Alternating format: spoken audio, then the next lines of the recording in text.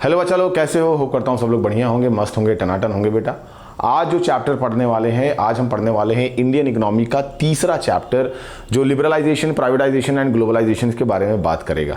ठीक है, ये थोड़ा सा बेसिक चैप्टर है, थोड़ा डिटेल में हम इसको जानेंगे ताकि हम चीज़ों को समझ सकें और पूरे के पूरे ओवरऑल सेक्टर्स के बारे में जान सकें कि ये इकोनॉमिक जो रिफॉर्म हुआ था या इकोनॉमिक पॉलिसी जो 1991 में आई थी, इसका आने का कारण क्या हुआ। ठीक है, चलो तो इसकी शुरुआत करते हैं। अगर हम इंट्रोडक्शन के थ्रू जाएं तो इंट्रोडक्शन में कहता है कि जब शुरुआत ही हमारी हो रही थी, जब इंट्रोडक्शन पॉलिसी ही चल रही थी, अगर कहने का मतलब कि इकोनॉमिक पॉलिसी या इकोनॉमिक रिफॉर्म के आने से पहले हमारा जो मार्केट था वो मिक्स्ड इकोनॉमी में था। किसमें था? मिक्स्ड इकोनॉमी में था, मतलब कि कैपिटलिस्ट और सोशलिस्ट इकोनॉमी को मिला के उसको तैयार किया गया था। ऑब्वियस सी बात है, हमारे चचा जान दे के गए थे जवाहरलाल नेहरू, मिलके रशियन फॉर्मूला बेस पे तैयार किया गया था। तो यहां पे ये बात कर रहे थे कि हमारा कैपिटलिस्ट इकोनॉमी और सोशलिस्ट इकोनॉमी को मिक्स करके हमने बनाया था एक मिक्स्ड इकोनॉमी, जिसमें मार्केट सबके लिए था, अमीरों के लिए और गरीबों के लिए भी था। मामला तब गड़बड़ा जाता है जब 1991 में या 1980s के आसपास, 90s-80s के आसपास क्या आ जाती है? इकोनॉमिक क्राइसिस आ जाती है। और उस इकोनॉमिक क्राइसिस में हम क्या करते हैं? हम एक्सटर्नल डेप्थ ले लेते हैं। एक्सटर्नल डेप्थ ले लेते हैं मतलब कि हम पैसा कहां से ले लेते हैं? बाहर के फॉरेन इन्वेस्टमेंट्स पे पैसा हम ज्यादा ले लेते हैं। मतलब कि इन्वेस्टमेंट इन द सेंस का मतलब कि बाहर के लोगों से या फॉरेन एक्सचेंज का पैसा या फॉरेन बैंक्स का पैसा हम क्या कर लेते हैं? उनसे उधार ले लेते हैं। अब यहां पे मामला हो जाता है बड़ा गंभीर। देखो कैसे गंभीर हो जाता है। Government was not able to make any payments for the borrowing from abroad।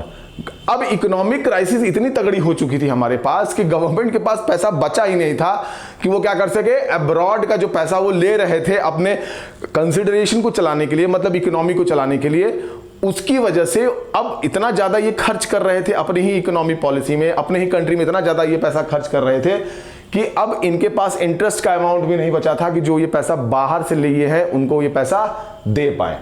अब इसकी सिचुएशन ये बनती है कि फॉरेन एक्सचेंज रिजर्व। अच्छा देखो, जब भी क्या होता है कि कंट्री की पोजीशनिंग होती है, जब कंट्री की इकोनॉमिक पॉलिसी, किसी भी इकोनॉमिक पॉलिसी में जब कंट्री तैयार होती है तो हम कुछ फॉरेन एक्सचेंज रिजर्व रखते हैं, क्योंकि हमको जो पेमेंट करना होता है मोस्टली हम दूसरे देशों से डील कर रहे हैं।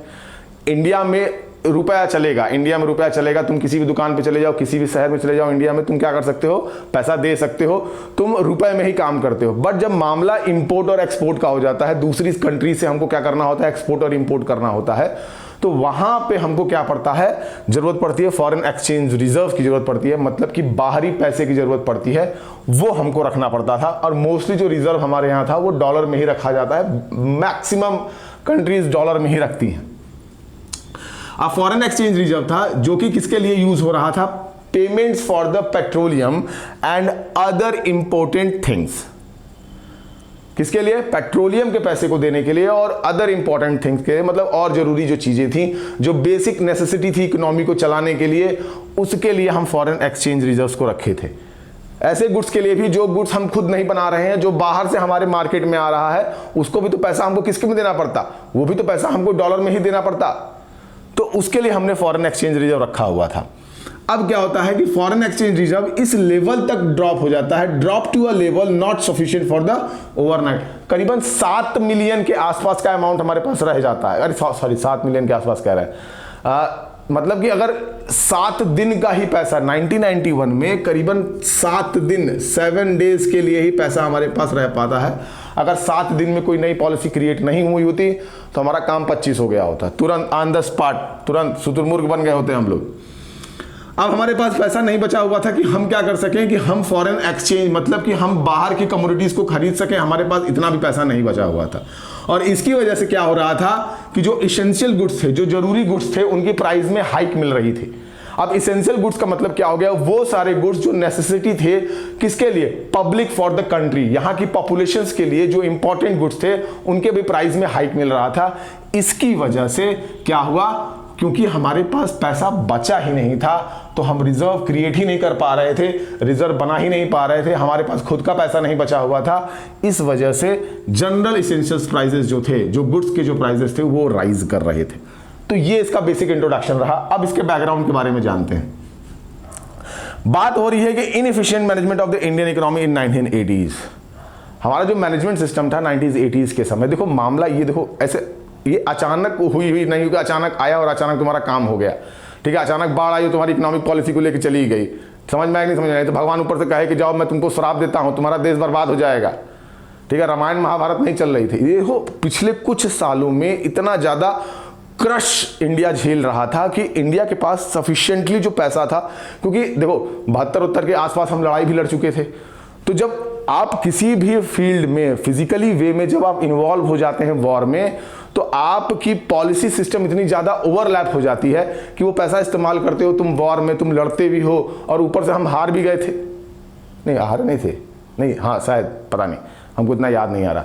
तो अब आप फिजिकली जब लड़ते हैं किसी से, फिजिकली जब आप लड़ते हैं किसी से, तो आपका एनर्जी जाता है।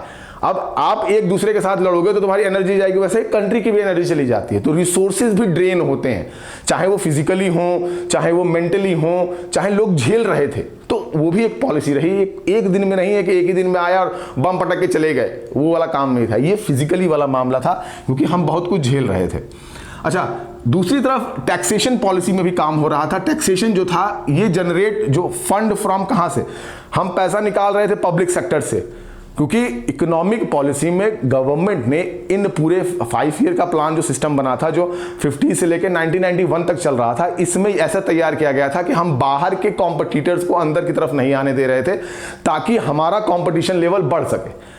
अब इसकी वजह से क्या हुआ कि मोस्ट ऑफ द जो कंपनीज थी वो पब्लिक सेक्टर होल्ड कर रही थी, पब्लिक सेक्टर काम कर रही थी, चाहे वो स्मॉल स्केल इंडस्ट्रीज में रही हो, चाहे वो लार्ज स्केल इंडस्ट्रीज में, कुछ पार्ट्स को ये कंट्रोल कर रहे थे। तो इसकी वजह से ये भी हो गया कि पॉलिसीज में जो टैक्सेशन पॉलिसी हो रही थी वो सिर्फ पब्लिक सेक्टर से पैसा आ रहा था, पब्लिक से लिया जा रहा था, और टैक्सेशन इतना ज्यादा था कि जो लोग थे या जो कंपनीज थी वो क्या कर रही थी, टैक्स इवेजन कर रही थी, मतलब टैक्स को बचा रही थी। अब मामला हो गया गंभीर। तभी क्या होता है कि हमारा एक्सपेंडिचर इतना ज्यादा हो जाता है कि हमारी रेवेन्यू को सरपास कर जाता है। मतलब तो गवर्नमेंट इतना खर्च कर रही थी कि जितना वो कमा नहीं रही थी उससे ज्यादा तो इनका खर्च हो रहा था, पैसा बहुत ज्यादा जा रहा था। दूसरा पॉइंट, गवर्नमेंट बोरोस फाइनेंस। अच्छा, गवर्नमेंट क्या कर रही थी, फाइनेंस बोरो कर रही थी अपने डेफिसिट, जो उनका रेवेन्यू सिस्टम था, जो पैसा वो कम कमा रहे थे, उसके लिए वो क्या कर रहे थे, बैंक से पैसा मांग रहे थे। मैं तुमको एग्जांपल देता हूं, तुम्हारा कोई आमदनी नहीं है, तुम्हारी आमदनी 10,000 की है, तुम्हारे खर्चे 20,000 के हैं, तो वो जो 20,000 का खर्चा कर रहे हो, जो 10,000 एक्स्ट्रा खर्चा कर रहे हो, उसके लिए तुमको पैसा मांगना पड़ेगा। तो गवर्नमेंट भी ऐसा कर रही थी। गवर्नमेंट वो 10,000 रुपए, मतलब कि जो एक्स्ट्रा मनी एक्सपेंड कर रही थी, वो एक्सपेंस कर रही थी, उसके लिए वो पैसा किससे मांग रही थी, बैंक से मांग रही थी। अच्छा, इसका भी इंटरेस्ट रेट बढ़ गया, यहां भी इनको इंटरेस्ट देना पड़ा। दूसरा पैसा किससे ये मांग रहे थे, पीपल ऑफ द कंट्री, लोगों से ये पैसा मांग रहे थे। किससे पैसा मांग रहे थे, लोगों से ये पैसा मांग रहे थे कि चलो ठीक है भैया तुम लोग भी पैसा दो। उसके बाद इंटरनेशनल फाइनेंशियल इंस्टीट्यूशन से भी पैसा ये मांग रहे थे, इंटरनेशनल फाइनेंशियल इंस्टीट्यूशन से भी ये पैसा मांग रहे थे कि भैया ऐसा है कि हमको पैसा दो। मगर इतना देखो, बाद में चल के ऐसी स्थिति हो गई कि वो भी सब मना कर दिए कि पैसे नहीं है हमारे पास, हम देंगे ही नहीं आपको, अब हमारा देंगे तब ना तुम पैसा। देखो तुम्हारे ग्रुप में कोई एक ऐसा लड़का होगा जो पैसा मांग लेता है, पैसे नहीं देता है। तो इंडिया की भी हालत इसी सिचुएशन में जा रही थी। इतना ज्यादा बारोइंग हो गया था कि कोई देने के लिए तैयार ही नहीं था कि पैसा देंगे तुमको हम। फिर क्या आया कि इंपोर्ट के लिए जो, अच्छा सबसे बड़ी बात यह है कि जब मैंने तुमको बताया था कि फॉरेन एक्सचेंज रिजर्व इसलिए रखा जा रहा था ताकि तुम क्या कर सको कि जो भी तुम इंपोर्ट्स कर रहे हो, जो बाहर से सामान मंगा रहे हो, उसको क्या कर सको, पैसा दे सको। अब वो पैसा किस में देना था, डॉलर में देना था। दूसरी सबसे बड़ी बात है कि फॉरेन एक्सचेंज हमारे पास था ही नहीं, तो हम देते कहां से घंटा। अब government had to shoot its revenue to meet challenges like unemployment, poverty, population explosion. अब गवर्नमेंट को क्या करना था, क्योंकि गवर्नमेंट ऐसी फंस चुकी थी कि गवर्नमेंट के एक्सपेंसेस इतने ज्यादा हो गए थे और रेवेन्यू इतना कम हो गया था, और ऊपर से दबाव यह भी बन रहा था कि हमारी कंट्री में पॉवर्टी भी चल रही थी, अनएम्प्लॉयमेंट की सिचुएशन भी चल रही थी, और पॉपुलेशन तो धुआंधार बढ़ ही रही थी। ठीक, तो इसको भी इनको देखना था। अब ये क्या हुआ कि गवर्नमेंट कॉन्टिन्यूसली स्पेंड कर रही थी कहां पे, डेवलपमेंट प्रोग्राम पे, जिसमें गवर्नमेंट को did not make a sufficient revenue. Development program पे इंडिया को डेवलप करने के लिए गवर्नमेंट बहुत ज्यादा पैसा खर्च कर रही थी, बट उसका रिस्पांस ऐसा हुआ कि गवर्नमेंट को किसी प्रकार का कोई भी रेवेन्यू नहीं जनरेट हुआ। अब इसकी वजह से क्या होता है, government spends large amount on social factor and defence. Government सबसे ज्यादा पैसा खर्च कर रही थी सब्सिडी देने में, डिफेंस में, क्योंकि हम अभी वॉर से ही उठ के आए थे। 8 ही साल हुआ था, 72 की लड़ाई 71 की लड़ाई के बाद 8 ही 9 साल के बाद तो तुम्हारा रिसेशन पीरियड स्टार्ट हो गया। 80 के बाद से मामला गंभीर होने लगा। अब जैसे जैसे तुम क्या हुए, गिरने लगे, ऐसी स्थिति में गिर गए कि तुमको पैसा कहां खर्च करना पड़ा। सोशल फैक्टर में लोग डूबे हुए हैं, उनको सब्सिडी चाहिए थी कमोडिटी पे, ऊपर से तुम्हारा पैसा डिफेंस में जा रहा था। तो ये लॉन्ग टर्म फेनोमेना है ना, पैसा आज खर्च करोगे, इसका रिस्पॉन्स तुमको बाद में मिलेगा। 10 साल 20 साल 30 साल पैसा खर्च करने के बाद तुमको इसका रिस्पॉन्स मिलता। तो ये भी सिस्टम नहीं हो रहा था। दूसरा, did not make a sufficient amount from taxation. Taxation से भी अमाउंट नहीं मिल रहा था, क्योंकि टैक्सेशन की पॉलिसी इतनी ज्यादा थी कि उस पर इवेजन होने लगा। पैसे का इवेजन बहुत ज्यादा हो रहा था, लोग पैसा दे ही नहीं रहे थे, सेविंग हो ही नहीं रहे थे, पैसा लोग इन्वेस्ट कर दे रहे थे या बाहर चला जा रहा था पैसा। तो ये मामला हुआ। Income from the public enterprises is not so high. और दूसरी तरफ क्योंकि गवर्नमेंट कंट्रोल कर रही थी पब्लिक इंटरप्राइजेस को, तो गवर्नमेंट का फेनोमेना ये होता है कि वो प्रॉफिट को जनरेट ना करें, वो सोशल फैक्टर पे काम करें। इस वजह से प्रॉफिट भी ज्यादा नहीं मेड हो रहा था, उससे रेवेन्यू भी नहीं आ रहा था। ये हो गया पहला स्लाइड। चलो चलते हैं दूसरे स्लाइड। अब देखो दूसरे स्लाइड में क्या बात करेगा। अब दूसरे स्लाइड में ये कहा गया है, पहले स्लाइड में तो चलो ठीक है मैंने चीजें बात हो गई बैकग्राउंड के, अब दूसरे स्लाइड में बैकग्राउंड के बारे में समझ लेते हैं। अब इसमें कहा है कि foreign exchange borrowed from other countries plus international financial institution spend on consumption needs. हमारे पास पैसे की कमी थी, पैसा एकदम हमारे पास था नहीं, और जो भी पैसा हम बाहर से मांग रहे थे उसका इस्तेमाल हम किसके लिए कर रहे थे, कंजम्पशन नीड्स को पूरा करने के लिए। क्योंकि लोगों के पास खाने को पैसे नहीं थे, तो ये हमको क्या करना था, मोस्ट ऑफ द अमाउंट इस्तेमाल करना था किसके लिए, मोस्ट ऑफ द अमाउंट हमको इस्तेमाल करना था सब्सिडी प्रोसेस के लिए, ताकि लोगों तक हम कमोडिटी तक पहुंचा सके। ठीक, अब इसके लिए क्या हो गया, एक्सपेंड। अब इसी बात से 1980s में expenditure in such a high world, not sufficient exchange to pay the interest, not any other countries are in position to pay any other amount. बात क्या हुई, अब क्या हो गया कि एक्सपेंडिचर हमारा इतना ज्यादा हाई वॉल्ट पे पहुंच चुका था कि we are not able to pay the exchange amount of interest. मतलब कि हमारे पास इतना ज्यादा पैसा हमने खर्च कर दिया था कि हमारे पास इंटरेस्ट देने को पैसे नहीं थे, ताकि हम क्या कर सके, इंटरेस्ट का पेमेंट कर सकें जो पैसा हमने बाहर से उधार लिया हुआ था। अब क्या होता है, और ये बात जान के जो बाकी की कंट्रीज थी वो ये जान रही थी कि हमारे पास पैसा है ही नहीं देने के लिए। तो जब हमारे पास पैसा होगा ही नहीं देने के लिए तो वो क्यों देंगे हमको। भाई ऑब्वियस सी बात है कि वो जानते हैं, वो तो तुम्हारे उस मित्र के मुताबिक हो गए जो तुमसे पैसा ले लेता है, कहता है कि अरे यार पैसा वैसा है नहीं, हम दे नहीं पाएंगे, पैसा हमारे पास है नहीं, हम दे नहीं पाएंगे। वही बात यहां भी हुई। कंट्रीज को पता चल गया कि इसके पास पैसा नहीं है, इस कंट्री के पास ये पैसा हमको नहीं दे पाएगी, तो कंट्री ने मना कर दिया। इंडिया क्या करती है, पहुंचती है वर्ल्ड बैंक के पास, जो उस समय IBRD के नाम से जाना जाता था। ठीक, अब उसने $7 बिलियन का लोन दिया, बट एक कंडीशन के साथ। अब वो एक कंडीशन नहीं थी, वो कई सारी कंडीशंस थी जो वर्ल्ड बैंक ने हमारे सामने रखी थी। पहली कंडीशन ये थी कि economy open for a international market. Economy को ओपन करो, इंटरनेशनल मार्केट में तुम्हारा क्या होना चाहिए, ट्रेड होना चाहिए। इंटरनेशनल मार्केट के लिए ओपन करो अपनी इकोनॉमी को, क्योंकि हमने अपनी इकोनॉमी को बंद कर दिया था ताकि हम अपने ही ऑर्गेनाइजेशंस में जो स्मॉल स्केल इंडस्ट्रीज हैं उनको डेवलप कर सकें। दूसरा, remove restriction from the trade barriers. Trade barriers से रिमूव हटा दीजिए, बैरियर्स को हटा दीजिए। आप ट्रेड बैरियर्स लगाया था, इसी वजह से तुमको एग्जांपल याद होगा, कोका कोला 90s 80s में इसी ट्रेड बैरियर की वजह से यहां से भाग गई थी। बात समझ में आया कि नहीं समझ में आया, क्योंकि ये स्टेक की बात कर रहे थे, इतना ज्यादा टैक्स लगा दिया, उसने कहा कि अरे यार इतना बढ़िया टैक्स देने से बढ़िया है कि हम चलो दूसरे कंट्री में चलते हैं। तो ये बात हो रही थी कि ट्रेड बैरियर्स को हटाइए। दूसरा, emphasis on a private sector. तुमको प्राइवेटाइजेशन करने की बात कही गई कि तुम ऐसा करो कि प्राइवेट सेक्टर्स पे ज्यादा ध्यान दो। पब्लिक सेक्टर रहोगे, पब्लिक सेक्टर पे काम करोगे तो सिर्फ तुम क्या दोगे, सिर्फ तुम कमोडिटी टू कमोडिटी की बात करोगे और किसी चीज की बात नहीं करोगे। उसके बाद restriction on A government sector in many areas, remove trade barriers, India and other countries. अब जो गवर्नमेंट का कंट्रोल था वो अलग अलग एरियाज में था, उसको कम करने की बात हुई कि आप ऐसा करिएगा, कंट्रोल करिए।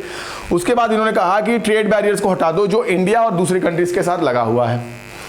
अब नई इकोनॉमिक पॉलिसी तैयार होती है, ये इंपॉर्टेंट है, इसको याद रखिएगा, ये कहीं नहीं मिलेगा। स्टेबलाइजेशन मेजर्स और स्ट्रक्चरल रिफॉर्म मेजर्स, ये इंपॉर्टेंट क्वेश्चन है, ये बन जाता है पेपर में। 2019 के बाद 2 साल ये पेपर में क्वेश्चन देखने को मिला है, तो हो सकता है चांसेस में भी कि ये आपको मिल जाए आने वाले बोर्ड में। अब अगर स्टेबलाइजेशन मेजर्स की बात करें तो ये शॉर्ट टर्म मेजर था, जिसमें ये बात कर रहे थे correct the measures of a balance of payment. इसका मतलब इंपोर्ट और एक्सपोर्ट को बराबर करिए, जितना ज्यादा आप बाहर से मंगा रहे हैं उतना ही अंदर से भी भेजिए। कहने का मतलब बहुत ज्यादा अगर बाहर से मंगाओगे पैसा ज्यादा देना होगा और तुम कम बेचोगे तो नुकसान तुम्हारा ही होगा। तो दोनों को बैलेंस करने की बात हो रही थी। उसके बाद बोला कि bring down the inflation, inflation को कम करो, इन्फ्लेशन को कम करो। Maintain sufficient foreign exchange reserves, keep the rising price under control. इतना ज्यादा फॉरेन एक्सचेंज को मेजर करो कि कम से कम जो प्राइस राइज हो रही है, जो पैसा राइज कर रहा है वो नीचे रहे, वो कंट्रोल रहे। ये तो स्टेबलाइजेशन मेजर हो गया। दूसरा आता है स्ट्रक्चरल रिफॉर्म मेजर। इसमें ये लॉन्ग टर्म बेसिस पे बात कर रहे थे। ये कह रहे थे कि aimed at improving efficiency of economy by removing rigidities in various segment of the economy. क्या बात हुई?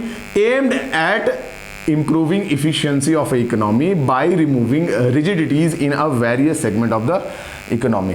ये बात कर रहे थे लॉन्ग टर्म बेसिस पे, जिसपे इन्होंने बात की क्या कि हम स्ट्रक्चर्स पे काम करेंगे, छोटे छोटे पार्ट्स पे काम करेंगे, जिससे हम क्या कर सके, अपनी इकोनॉमी को डेवलप कर सके, यानी इंडियन इकोनॉमी को हम डेवलप कर सकें। और अपने ही बेसिक फॉर्मूले पर हम ये काम कर रहे थे कि हम कंट्रोल ऑफ अथॉरिटी डिस्ट्रीब्यूट कर रहे थे, जो जा रही थी कहां से, गवर्नमेंट से जा रही थी प्राइवेट सेक्टर्स की तरफ, ताकि कंट्रोल ऑफ पावर डिस्ट्रीब्यूट रहे। क्या रहे? कंट्रोल ऑफ पावर डिस्ट्रीब्यूट रहे। जितनी ज्यादा कंट्रोल ऑफ पावर डिस्ट्रीब्यूशन होगा उतना ही ज्यादा क्या होगा, गवर्नमेंट का कंट्रोल कम होगा, उतना ही ज्यादा पैसा अंदर की तरफ आएगा। तो ये लॉन्ग टर्म बेसिस पे काम करने की बात कर रहे थे। चलो चलते हैं तीसरे स्लाइड पे। अब देखो जो बात हो रही थी, अब बात हो रही थी लिबरलाइजेशन की। अब तो हम बैकग्राउंड के बारे में जान गए, उसके इकोनॉमिक पॉलिसीज के बारे में जान गए, उसके इंट्रोडक्शन के बारे में जान गए। अब आता है जो पहला ही पॉइंट आता है न्यू इकोनॉमिक पॉलिसी में, जिसमें लिबरलाइजेशन की बात करता है। पहला लिबरलाइजेशन का मतलब था कि industrial sector, financial sector, tax reform, foreign exchange और फॉरेन एक्सचेंज मार्केट के बारे में बात करनी थी। इन सब पे, चाहे इंडस्ट्रियल सेक्टर रहा हो, फाइनेंशियल सेक्टर रहा हो, टैक्स रिफॉर्म रहा हो और फॉरेन एक्सचेंज मार्केट रहा हो, इसको लिबरलाइज करना था। लिबरल का मतलब कि जो भी आपने बैरियर्स क्रिएट किए हुए थे, जो भी आपने टैरिफ लगाए हुए थे, इन सबको क्या करना था, आपको हटाना था। अब 90s अगर हम बात करें, 90s 80s में एक्सपोर्ट इंपोर्ट की जो पॉलिसी थी, या टेक्नोलॉजी अपग्रेडेशन था, या फिजिकल पॉलिसी थी, या फॉरेन जो इन्वेस्टमेंट था, ये हमारा बहुत अच्छा नहीं था। क्या क्या नहीं? अगर हम एक्सपोर्ट इंपोर्ट की पॉलिसी इतनी ज्यादा खतरनाक थी, कितना ज्यादा आपने बाहर से सामान आने पे इतना ज्यादा आपने बैरियर लगा दिया था, इतना ज्यादा टैक्स लगा दिया था कि बाहर का सामान अंदर की तरफ आ ही नहीं रहा था। टेक्नोलॉजी के नाम पे घंटा कुछ नहीं था आपके पास, जो चल रहा था गवर्नमेंट। अब देखो गवर्नमेंट मेजर सेक्टर्स में थी, उसके पास पैसा तो था नहीं, क्योंकि वो मोस्टली जो अमाउंट था वो सोशल सेक्टर में चला जा रहा था, तो वो टेक्नोलॉजी से कहां से अपग्रेड कर पाते, तो इनके पास टेक्नोलॉजी तो थी नहीं। फिजिकल पॉलिसी की बात करें तो बैलेंस ऑफ पेमेंट की स्थिति ऐसे ही गंभीर चल रही थी, और फॉरेन इन्वेस्टमेंट के नाम पे कोई पैसा देने को हमको 1 रुपया तैयार ही नहीं था। चलो मामला तो ऐसा ही गंभीर था। अब न्यू इकोनॉमिक पॉलिसी में जैसे ही डीरेगुलेशन ऑफ इंडस्ट्रियल सेक्टर की बात कही गई, यानी वर्ल्ड बैंक ने जो कंडीशन रखी थी कि आपको क्या करना होगा, इंडस्ट्रियल सेक्टर्स को डीरेगुलेट करना होगा, यानी गवर्नमेंट कंट्रोल को हटाना होगा। तो पहले ही बात बोलते हैं कि industrial licensing under which every entrepreneurs had to get a permission from a government officials to start a firm, close the firm or decide the amount of a goods that could be produced।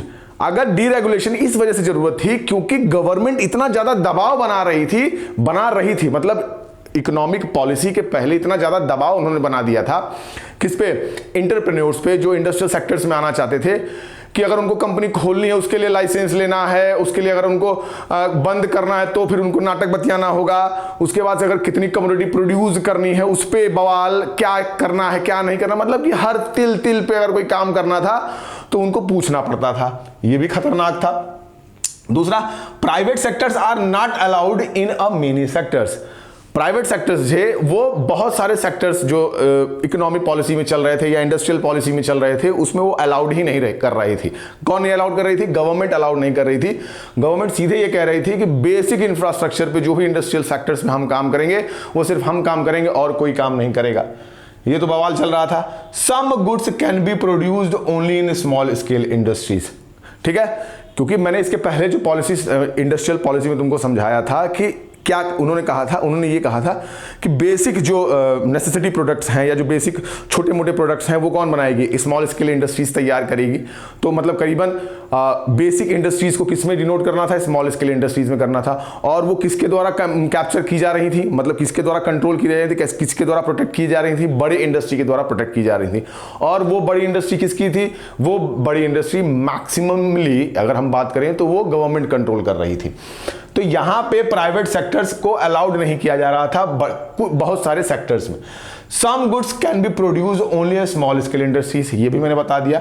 Control on price fixation and distribution of a selected industrial product, price पे पूरा control था, इससे ज्यादा नहीं amount ले सकते हो, इससे कम अमाउंट नहीं ले सकते हो, इतने में ही रखना है। प्राइस सीलिंग पे चल रहा था कि इससे ज्यादा ऊपर अमाउंट लोग गोली मार देंगे, मतलब लिटरली गोली नहीं मार देंगे, मतलब कंट्रोल करेंगे। गवर्नमेंट सीधे कह रही थी कि इससे ऊपर ज्यादा तुम प्राइस नहीं ले सकते थे। और कुछ ही सिलेक्टेड प्रोडक्ट्स जो थे, जो इंडस्ट्रियल प्रोडक्ट्स तैयार हो रहे थे, मतलब ऐसे गुड्स जिनकी इस्तेमाल से हम क्या कर रहे थे, फिनिश गुड्स बनाते, उन पे भी कंट्रोल कर रही थी गवर्नमेंट। अब जब वर्ल्ड बैंक आती है, वर्ल्ड बैंक कहती है कि ऐसा मामला नहीं चलेगा बाबू, बहुत खेल लिया अपना 7 बिलियन डॉलर लिए हैं, 1-1 रुपया वसूलेंगे तुमसे। अब इन्होंने क्या कर दिया, 1991 में आते ही restrictions was be shut down, restrictions हटा दिए गए। Alcohol, cigarette, hazardous chemicals, industrial explosive, electronics, aerospace, drugs और फार्मास्यूटिकल्स, मतलब क्या हो गया, दारू पे, सिगरेट पे, हजार्डियस केमिकल्स, ठीक है, जो मान लो कि एसिड वगैरह थे, ठीक है, इंडस्ट्रियल एक्सप्लोसिव, जो बम वगैरह बनते थे, किसके लिए, नहीं घर उड़ाने के लिए बम नहीं, अरे इंडस्ट्रियल एक्सप्लोसिव का मतलब कि जो पत्थरों को उड़ाया जाता है, पहाड़ों को उड़ाया जाता है, उनकी बातें। इलेक्ट्रॉनिक्स पे, एरोस्पेस, ऊपर जाने वाले, स्पेस में जाने वाले, ड्रग्स, ड्रग्स का मतलब दवाइयां हो गई, ये सुई वाला नहीं कि सूंघ लिए, फार्मास्यूटिकल्स, जो छोटी छोटी गोलियां होती हैं, जो दवाइयां हम खाते हैं एलोपैथी वाली, उन सब पे, इन सब पे, सिर्फ इन्हीं सब पे तुमको लाइसेंस लेना था। इनके अलावा कोई अगर और इंडस्ट्री खोलते तो उसमें तुमको लाइसेंस लेने की जरूरत नहीं थी, या बेसिक इंफ्रास्ट्रक्चर पे तुम काम कर सकते थे। दूसरा, एटॉमिक एनर्जी और रेलवे गवर्नमेंट कंट्रोल कर रही थी, यानी एटॉमिक एनर्जी और रेलवे कौन कंट्रोल कर रहा था, गवर्नमेंट कंट्रोल कर रही थी। Many goods produced by a small scale industries have now been D-reserved.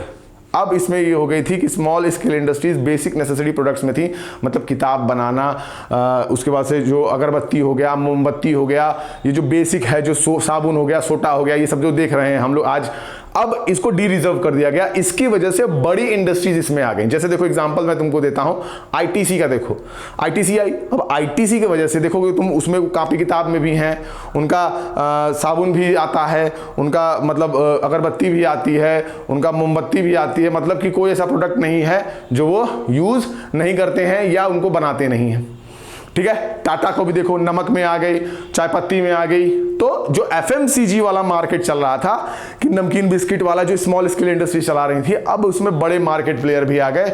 इसकी वजह से क्या होगा, जब बड़ा मार्केट प्लेयर आएगा ना तो कॉम्पिटिटिवनेस बढ़ेगी। जब बाहर का मार्केट का सामान आएगा, तुमको लगेगा कि अरे यार ये भी माल है, हमको तो पता ही नहीं था। अब तुमको एग्जांपल देते हैं, तुम्हारे घर के अगल बगल कोई समोसे की दुकान नहीं है, और वो समोसा वाला तुम्हारे समोसे में आलू ही नहीं देता है, तुमसे कहता है कि अरे समोसा तो ऐसा ही है, जिंदगी भर वही खाए हो तो तुमको पता है कि समोसे में आलू नहीं होता है। बाद में पता चला कि एक दूसरा दुकान वाला आया, उस समोसे में आलू वगैरह बाकायदे पनीर उन्हें डाल के खिला रहा है, तुमको मजा आ गया, कहा कि अरे यार क्या बना रहे हो, एकदम बारूद है, खाने के बाद जन्नत नसीब हो जा रही है। यही हुआ इंडियन मार्केट के साथ कि बाहर का जैसे ही प्रोडक्ट अंदर की तरफ आया, कॉम्पिटिटिवनेस बढ़ गई। अरे यार ऐसे भी सामान होता है, सब लोग भौचक्के कि अरे यार ये क्या हो रहा है, ठीक। तो ये पॉलिसीज चल रही थी। चलो चलते हैं नेक्स्ट स्लाइड पे। अब देखो उसी मामले में क्या हुआ, अब फाइनेंशियल सेक्टर रिफॉर्म की बात आ रही थी, जो दूसरा पॉइंट था उसमें फाइनेंशियल सेक्टर रिफॉर्म की बात आ रही थी। अब इसमें बात कर रहे थे ये फाइनेंशियल इंस्टीट्यूशन या कॉमर्शियल बैंक या इन्वेस्टमेंट बैंक या stock exchange, foreign exchange market, ये पांचों चीज को रेगुलेट कर रहा था आरबीआई। कोई भी इंस्ट्रक्शन देना हो, तुम ऐसे काम नहीं कर सकते हो, तुम ऐसे काम नहीं कर सकते हो, तुम्हारा मामला ये है, तुमको ये करना है, तुमको वो करना है। मतलब कि अगर चाहे कोई फाइनेंशियल इंस्टीट्यूशन रहा हो जो लोन देते हो, कॉमर्शियल बैंक रहे हो, चाहे इन्वेस्टमेंट बैंक रहा हो, चाहे स्टॉक एक्सचेंज रहा हो, चाहे फॉरेन एक्सचेंज मार्केट रहा हो, इसको कौन कंट्रोल कर रहा था, आरबीआई कंट्रोल कर रहा था। आरबीआई इंस्ट्रक्शंस दे रहा था, इनको उस हिसाब से ये काम कर रहे थे। अब नई इकोनॉमिक पॉलिसी में इनको रेगुलेटर से हटा दिया गया, कहा कि ऐसा है कि बाप मत बनिए, आप बाप मत बनिए, इन सब क्या, ये सब संभाल लेंगे अपना, बड़े हो चुके हैं, आप फैसिलिटेटर बनिए। कहीं कोई दिक्कत आती है, कोई समस्या आती है, तो उसको आप सॉल्व करेंगे। आप हर चीज उसको नहीं बताएंगे। स्पून फीडिंग आपको नहीं करनी थी इन सारे सेक्टर्स पे। अब जैसे ही आरबीआई फैसिलिटेटर बना तो जो तुम्हारे फाइनेंशियल इंस्टीट्यूशन थे वो क्या करने लगे, अब वो डिसीजन लेने लगे खुद के लिए विदाउट कंसल्टिंग आरबीआई। आरबीआई से कोई मतलब ही नहीं था। दूसरी तरफ led to the establishment of a private sector bank. अब प्राइवेट सेक्टर बैंक्स भी आने लगे, चाहे इंडियन हो चाहे फॉरेन हो। कुल मिला के फॉरेन इन्वेस्टमेंट बैंक जो थे या फॉरेन इंस्टीट्यूशंस बैंक से करीबन 75% ऑफ अमाउंट का ओवरऑल मार्केट कैप्चर कर चुके थे। अब setup a new branches without asking RBI, मतलब कि अगर नई ब्रांच को बैठाना था तो आरबीआई से पूछने की जरूरत नहीं, आप बैठा सकते थे। फॉरेन इन्वेस्टमेंट इन जो इन्वेस्टर्स थे, जिसमें मर्चेंट बैंकर्स हो गए, म्यूचुअल फंड हो गया, पेंशन फंड हो गया, जो इन्वेस्टमेंट इन्वेस्टर्स होते हैं, जो मर्चेंट बैंकर्स होते हैं या फिर म्यूचुअल फंड में आते हैं या पेंशन फंड्स में आते हैं, ये भी मार्केट में एंटर हो गए। तो यहां पे पूरा का पूरा क्या हो गया, आरबीआई का कंट्रोल हट गया रेगुलेटर से। अब वो क्या बन गए थे, फैसिलिटेटर बन गए थे बाकी फाइनेंशियल कमर्शियल बैंक्स या इन्वेस्टमेंट बैंक्स के लिए। अगला जो तुम्हारा फॉर्म आता है जिसको हम टैक्स रिफॉर्म की बात करते हैं। टैक्स रिफॉर्म में reforms in a government expenditures and public expenditure policy. कहने का मतलब क्या हो गया कि ओवरऑल खर्च जो होता है, चाहे गवर्नमेंट का हो चाहे पब्लिक का हो, इस खर्च को देखने की बात हो रही थी कि कितना खर्च हुआ है, उस चीज में बात हो रही थी। टैक्स के फेलोशिप पे बात हो रही थी। अब कितने प्रकार के टैक्स होते हैं? पहला होता है डायरेक्ट टैक्स। डायरेक्ट टैक्स का मतलब होता है कि ये किसी इंडिविजुअल पे लगेगा या प्रॉफिट ऑफ द इंटरप्राइजेस। एक डायरेक्ट टैक्स होता है, जैसे तुम्हारे पिताजी होंगे जो तनख्वाह उनका कमाते होंगे, देखोगे उनका खुद का टैक्स उसमें से टीडीएस कट जाता है, ये डायरेक्ट टैक्स होता है। मतलब कि जिस पे लगेगा वही लायबल होगा, वो ट्रांसफरेबल नहीं होता है। क्या नहीं होता है? वो ट्रांसफरेबल नहीं होता है। तो डायरेक्ट टैक्स ट्रांसफरेबल तो था नहीं, जिस पे लगा है उसी को देना होगा। और जो कि इकोनॉमिक पॉलिसी यानी इकोनॉमिक रिफॉर्म की अगर पहले की बात करें तो उस समय इतना ज्यादा टैक्स लिया जाता था कि लोग पैसा बचा लेते थे। इनडायरेक्ट टैक्स क्या होता है? Tax on a common goods and commodities, या फिर सर्विसेज को भी इंक्लूड कर लीजिए इसमें, या फिर सर्विसेज को भी इंक्लूड कर लीजिए। सर्विसेज को भी इसमें इंक्लूड करना होगा तुमको। जो भी तुम्हारा टैक्स लग रहा था, चाहे कॉमन गुड्स पे हो चाहे कमोडिटीज पे हो, वो तुमको टैक्स देना होता, तुमको टैक्स का इन्वेजन हो रहा था। तो कहने का मतलब क्या कि इनडायरेक्ट टैक्स, देखो इनडायरेक्ट टैक्स जैसे तुम देते हो, तुम पिक्चर देखने गए, तुम्हारा दोस्त पिक्चर दिखाने ले गया, अगर वो दोस्त पिक्चर दिखाने ले गया तुमको, तो वो पैसा दे रहा है पिक्चर देखने का, मजा तुम ले रहे हो। कहने का मतलब क्या होता है, ये ट्रांसफरेबल होते हैं। क्या होते हैं बेटा? ट्रांसफरेबल होते हैं। ये कोई भी दे सकता है। कोई भी गुड्स खरीदते हो, बिस्किट खरीदते हो, एरोप्लेन खरीदते हो, जहाज, कपड़ा, मोटरसाइकिल, बस, ट्रक, हाथी, घोड़ा, बैल, इस पे क्या देते हो? जीएसटी देते हो, यानी टैक्स देते हो। कोई भी खरीदेगा तो वो वही देगा, उसके लिए कोई ट्रांसफरेबिलिटी एकदम कोई भी दे सकता है, कोई इसमें दिक्कत नहीं है। जो कि टैक्स रेट इतना ज्यादा हाई था कि टैक्स इन्वेजन हो रहा था, मैंने तुमको बताया। अब गवर्नमेंट ने ये सोचा, या नई इकोनॉमिक पॉलिसी में कहा गया कि लोअर द टैक्स करेंगे, जितना ही जैसे ही टैक्स को रेट को लोअर करोगे, टैक्स इन्वेजन खत्म होगा, लोग ज्यादा से ज्यादा सेव करेंगे, पैसा इस्तेमाल करेंगे, और पैसे पे कोई भी डिस्क्लोजर भी यहाँ पे होगा, लोग अपनी इनकम के बारे में बताएंगे, क्योंकि तुमने क्या कर दिया, टैक्स की पॉलिसी को कम कर दिया, अमाउंट को कम कर दिया। इनडायरेक्ट टैक्स में जीएसटी का लॉन्च हुआ, जिसमें जुलाई 2017 में इसको इंप्लीमेंट किया गया। और इसमें एक बेसिक क्वेश्चन है, ये एक नंबर में पूछ देगा, एक नंबर में पूछ देगा, what is one nation one tax and one market for whose it's saying. ये जीएसटी के बारे में एक नंबर का क्वेश्चन है, ये एक नंबर का। ये आपके मल्टीपल चॉइस क्वेश्चंस में आराम से क्वेश्चन दे सकता है बिना किसी शर्त के। ठीक है बेटा, चलो अब इसके आगे वाले स्लाइड पे चलते हैं हम। चलो अब जो पॉइंट है इसमें देखो क्या है, फॉरेन एक्सचेंज रिफॉर्म जो लास्ट पॉइंट बचता है, उसके बाद से तुम्हारा ट्रेड एंड इन्वेस्टमेंट पॉलिसी बचती है। इसके बाद से ये आपका लिबरलाइजेशन वाला पार्ट कंप्लीट हो जाएगा। अब देखो फर्स्ट रिफॉर्म जो होता है 1991 में, ये क्या करता है कि इमीडिएट मीजर देता है, किसके लिए? Immediate measure to balance of a payment. अब क्या था इसमें, था कि रुपीज वर्स भी डीवैल्यूएटेड, रुपी की क्या हुई थी, वैल्यू को डीवैल्यूएट कर दिया गया था। देखो डीवैल्यूएट करने का मतलब क्या होता है, जैसे मान लो कि $1 के बराबर एक डॉलर के बदले $70 है, अब ये क्या कर दिए, इसको 75 कर दिए, 80 कर दिए, 90 कर दिए, तो इसको डीवैल्यूएशन करते हैं। अब डीवैल्यूएशन की वजह से क्या होगा कि बाहर के मार्केट के लोगों को पता लगेगा कि तुम्हारी इकोनॉमी में पैसा ज्यादा मिल रहा है, तो वो क्या करेंगे, पैसा तुम्हारी इकोनॉमी में डालेंगे, इससे भी तुमको बूस्ट मिलेगा, फॉरेन एक्सचेंज का इनफ्लो ज्यादा होगा। तो यहां पे फॉरेन एक्सचेंज रिफॉर्म की वजह से ये सब सारी देखने को चीजें हमको मिलती हैं। ट्रेड एंड इन्वेस्टमेंट पॉलिसी में क्या मिलता है? ट्रेड एंड इन्वेस्टमेंट पॉलिसी में कहता है कि जो इंडस्ट्रीज, जैसे इसी क्या कर दिया, increase competition of industrial product, foreign investment and technology. बाहर का माल आ रहा है, बाहर का माल आया, देख के तुमको रजा एकदम मजा आ गया, कहा कि अरे यार ये तो बवाल चीज है, पहली बार बर्गर देखे, पहली बार पिज्जा देखे, कहे कि अरे यार रजा बहुत भौकाली चीज है।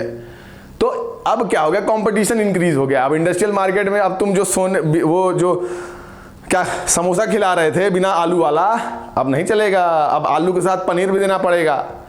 ठीक, तो ये वाला मामला हो गया था। अब टेक्नोलॉजी अपग्रेड हो गई थी, नए प्रोडक्ट्स मार्केट में आ गए थे, तो ये जो दिक्कतें चल रही थी ये क्या हो गई, ट्रेड पॉलिसी की वजह से ये दिक्कतें दूर हो गई थी। Increase efficiency of a local industries, obvious सी बात है यार, बाहर का मार्केट भौकाली और तुम क्या कुछ भी खिला दोगे लोगों को, लोग बेवकूफ थे, क्योंकि अब लोगों के पास नॉलेज हो गई थी कि अरे पॉन्ड्स है, अरे डब है, अरे लक्स है। बाहर का मार्केट था, लोगों को पता चल गया कि अब मार्केट में अब हम वो नहीं इंडियन है जो लिबर किया करते थे, कुछ भी मुंह में डाल दिया हम लोग खा लिया करते थे, अब नहीं, अब हमको सब पता है। तो मामला हो गया, कंपटीशन बढ़ गया कि अरे यार ये सब तो लोगों को पता चल गया, अब हमको बढ़िया प्रोडक्ट देना पड़ेगा, वो वाला मामला हो गया। क्वांटिटिव रिस्ट्रिक्शन था और इंपोर्ट में जो टैरिफ था उसको कम कर दिया गया। उस समय क्या होता था कि इतनी ही क्वांटिटी आपको तैयार करनी है, इतनी क्वांटिटी आपको मार्केट में बेचनी है, तो इसको हटा दिया गया, जितना बनाना है बनाओ, बेचो, कोई दिक्कत नहीं है। इंपोर्ट पे टैरिफ लगता था, बहुत ज़्यादा टैरिफ लगता था, मतलब कि अगर सामान हमको बाहर भेजना होता था या बाहर से अंदर मंगाना होता था, बहुत ज़्यादा उस पर टैरिफ देना पड़ता था, उसको क्या कर दिया इन्होंने, रिड्यूस कर दिया। अब क्या हो गया कि ट्रेड पॉलिसी की वजह से जो क्वांटिटिव रिस्ट्रिक्शन था उसको पूरी तरीके से हटा दिया गया, चाहे एक्सपोर्ट से चाहे इंपोर्ट से। कितना सामान बाहर भेजना था और बाहर से कितना सामान अंदर की तरफ आना था, इस पे क्या होता था कि एक क्वांटिटिव बैरियर लगता था कि बस इतना ही सामान आप बाहर भेज सकते हैं और इतना ही सामान अंदर की तरफ आ सकता था, तो इसको हटा दिया गया। अब इसकी वजह से इतना ज्यादा माल अंदर बाहर होने लगा कि एकदम मजा ही आ गया। उसके बाद से क्या हुआ कि रिड्यूस टैरिफ रेट को कम कर दिया गया, एकदम कम, मिनिमम, चलो बेचो, जितना रजा बेचना है बेचो, धुआंधार जो बेचना है बेचो, कोई दिक्कत नहीं है, मतलब ये नहीं कि सब कुछ बेचने लगे। उसके बाद से removing of A licensing procedures of import पे लाइसेंस देना पड़ता था 1991 के पहले, अब ऐसा नहीं था, अब आपको लाइसेंस देने की जरूरत नहीं थी। इंपोर्ट लाइसेंसिंग किसके लिए हटा दिया गया था, एबॉलिश कर दिया गया था, सबके लिए इंपोर्ट लाइसेंसिंग को हटा दिया गया था। किसको छोड़ के, हजार्डियस और ऐसे प्रोडक्ट जो एनवायरमेंटल को क्या कर सकते थे, नुकसान कर सकते थे, मतलब कि ऐसे प्रोडक्ट जो हजार्डियस थे, यानी केमिकल कंपाउंड हो गया, यूरेनियम, फिरेनियम, ये सब जो भी चीजें हैं जो केमिकल कंपाउंड बहुत खतरनाक होते हैं और प्लस उसके साथ जो एनवायरमेंट को मतलब खराब कर सकते हैं, तो ऐसे प्रोडक्ट्स के लिए आपको लाइसेंस लेना पड़ता है। इसके अलावा कुछ भी इंपोर्ट करिए कोई दिक्कत नहीं थी। उसके बाद से क्वांटिटिव रिस्ट्रिक्शंस को क्या कर दिया गया, कम कर दिया गया। कंज्यूमर गुड्स पे भी क्वांटिटिव रिस्ट्रिक्शन लगा हुआ था कि इतना ही बेचना है मार्केट में आपको, ठीक है, 4 किलो बेचोगे चीनी तो 4 किलो बेचना है, उससे ऊपर नहीं जा सकते थे। अब बेचो राजा 40 किलो बेचो, 4 कुंटल बेचो, 400 कुंटल बेचो, कोई दिक्कत नहीं थी। ठीक, उसके बाद से एग्रीकल्चर प्रोडक्ट्स पे भी जो बाउंडेशन लगी हुई थी उसको भी 2001 में हटा दिया गया। अब पूरा मामला आपका कंप्लीट होता है लिबरलाइजेशन का। अगले पार्ट में मैं प्राइवेटाइजेशन एंड ग्लोबलाइजेशन को कंप्लीट कर दूंगा। कोई भी दिक्कत हो आप मुझे कमेंट डाउन में कर दीजिएगा, मैं उसको देख लूंगा। दूसरा, इसके नोट्स मैं तैयार कर रहा हूं, इसका नोट्स मैं एनसीईआरटी से बनाऊंगा, वो आपके लिए हमेशा बेस्ट रहेगा। NCERT is one of the best book in the, मतलब सीबीएसई के लिए चाहे यूपीएससी के लिए, आप किसी भी, मतलब लोग यूपीएससी के लिए पढ़ते हैं तो यार ऑब्वियस सी बात है सीबीएसई में अब उस लेवल का तो क्वेश्चन नहीं आएगा, तो सोच लो कितनी बड़ी किताब है। ठीक है, तो मैं उसको तैयार कर रहा हूँ, आपको जल्दी ही वो नोट्स मिल जाएगा और मैं उसको अपने डिस्क्रिप्शन बॉक्स के टेलीग्राम में डाल दूंगा। आप कभी भी ये वीडियो देखेंगे, आज कल परसों भविष्य में कभी भी, तो वो आपको हमेशा उस डिस्क्रिप्शन में मिलेगा। आप उसको क्या करिए, डाउनलोड कर लीजिएगा, उसको पढ़ लीजिएगा और अच्छा लगे तो लाइक करो, शेयर करो, सब्सक्राइब करो और अपने बच्चों के साथ, मतलब अपने बच्चों के साथ नहीं, मतलब अपने दोस्तों के साथ बच्चों के साथ नहीं जी अपने दोस्तों के साथ इसको शेयर करो और थोड़ा सा प्यार वार बढ़ाओ। ठीक है, चलो बेटा, बाय।